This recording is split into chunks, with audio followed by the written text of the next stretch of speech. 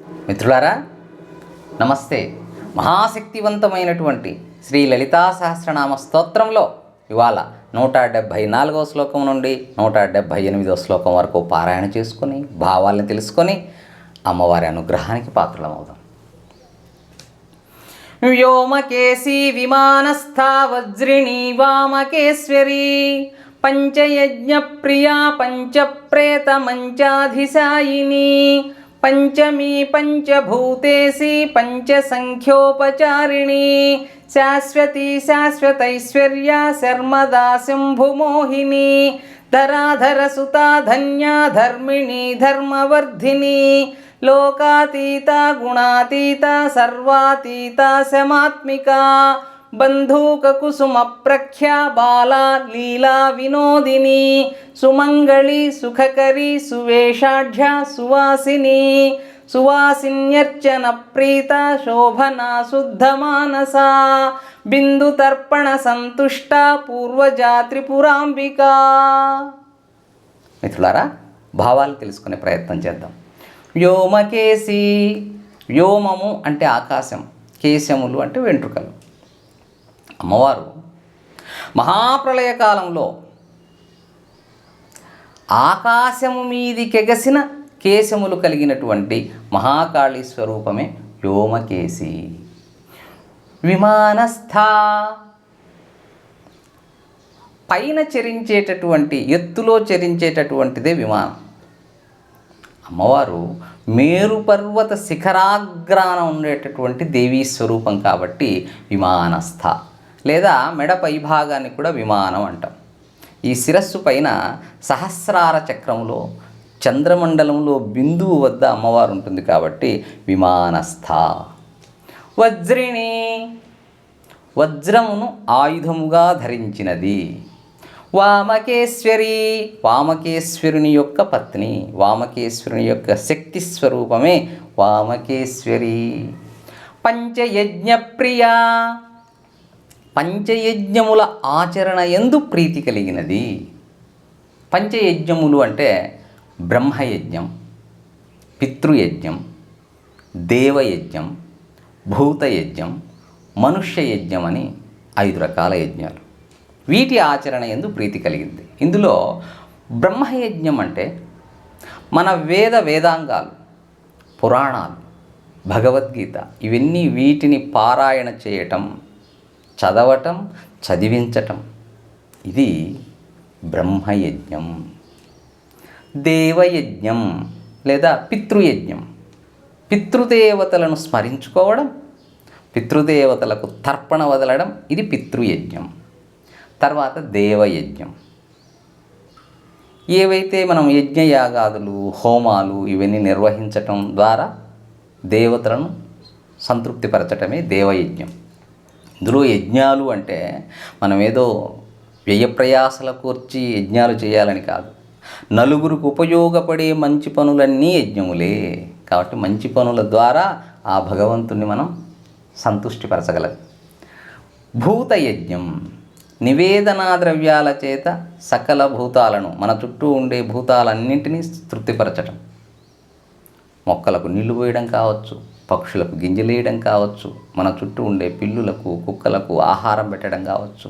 ఇవన్నీ కూడా సకల భూతాలను తృప్తిపరచటమే భూతయజ్ఞం. మనుష్యయజ్ఞం, అతిథి పూజ నిర్వహణే మనుష్యయజ్ఞం. అభ్యాగత స్వయం విష్ణు అంటారు. అంటే అతిథులు స్వయంగా విష్ణు స్వరూపులు కాబట్టి అతిథుల్ని గౌరవించడం, అతిథి మర్యాదలు చేయడం, వారిని పూజించడమే మనుష్యయజ్ఞం. ఇది మన సంస్కృతి. కాబట్టి ఇలాంటి పంచయజ్ఞాల నిర్వహణ వల్ల ప్రీతి చెందే అమ్మవారి స్వరూపమే పంచయజ్ఞ ప్రియ. పంచప్రేత మంచాధిశాయిని, మనకు పంచబ్రహ్మలు, బ్రహ్మ, విష్ణు, రుద్ర, అలాగే ఈశ్వర, సదాశివులు, వీళ్ళని పంచబ్రహ్మలు అంటాం. అయితే ఈ పంచబ్రహ్మలు శక్తిరహితంగా ఉన్నప్పుడు, క్రియాశూన్యంగా ఉన్నప్పుడు, అంటే వారి క్రియలు ఏంటి? సృష్టి, స్థితి, లయ, తిరోధాన, అనుగ్రహాలు. ఈ క్రియాశూన్యంగా ఉన్నప్పుడు, శక్తి లేనప్పుడు వారే పంచప్రేతాలు.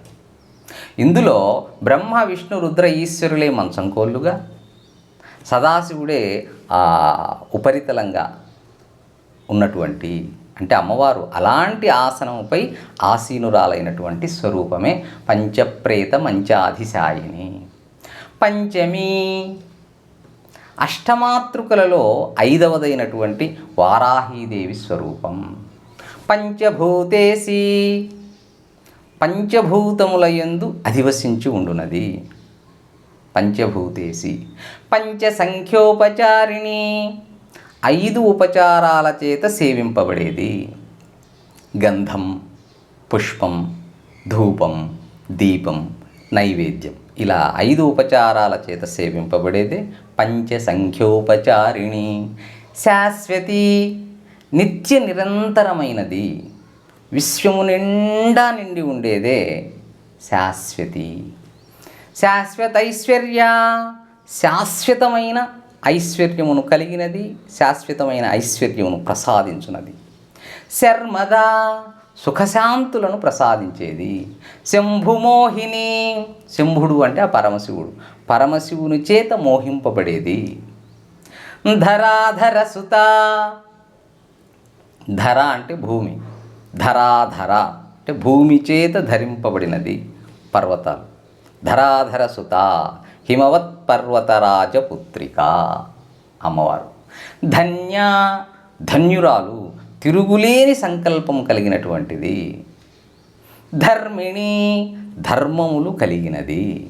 ధర్మవర్ధిని ధర్మములు వర్ధిల్లజేయునది. ఈ ప్రపంచములో సకల ధర్మములు వృద్ధి చేసేటటువంటి స్వరూపము. లోకాతీత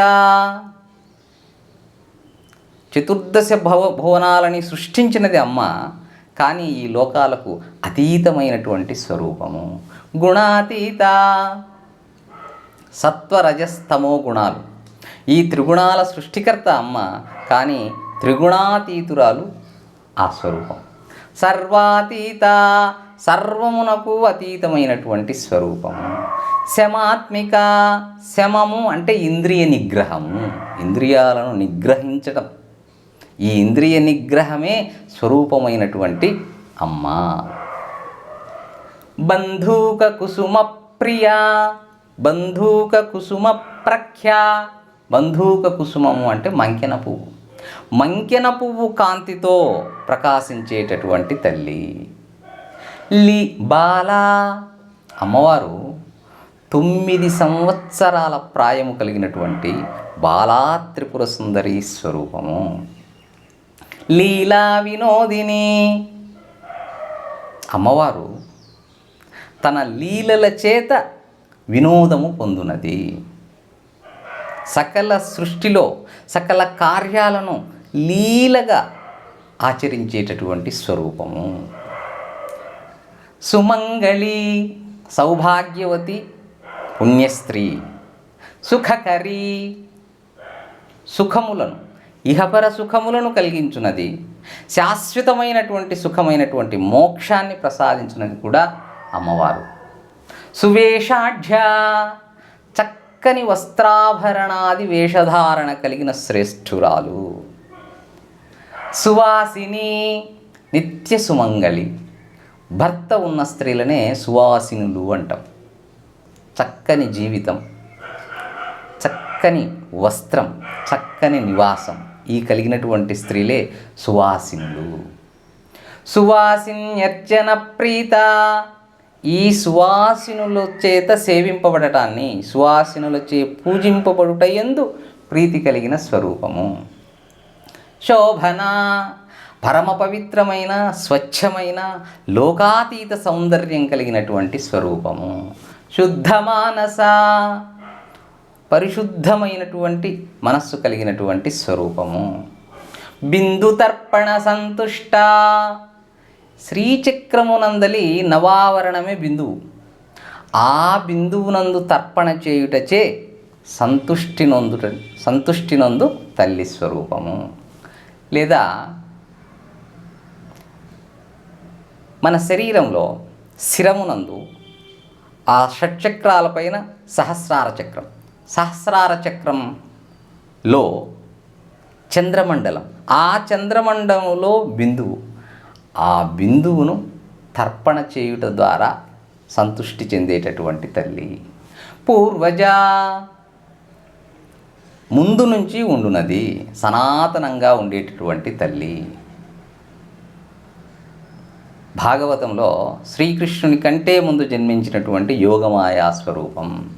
త్రిపురాంబిక, త్రిపురాలు స్థూల సూక్ష్మ కారణ శరీరాల యందు ఉండేటటువంటి తల్లి, లేదా చిద్బిందువు, ప్రకాశ బిందువు, విమర్శ బిందువులలో ఉన్నటువంటి స్వరూపం, లేదా నాభి, హృదయము, విశుద్ధి. ఈ 3 స్థానాలలో 3 స్థానాలు 3 పురాలు. ఆ పురాలలో ఉండే భైరవులకు అధినేత్రి అమ్మవారు త్రిపురాంబిక. మిత్రులారా, తర్వాతి నామాల్ని మరో వీడియోలో తెలుసుకుందాం. శుభం భూయాత్. స్వస్తి.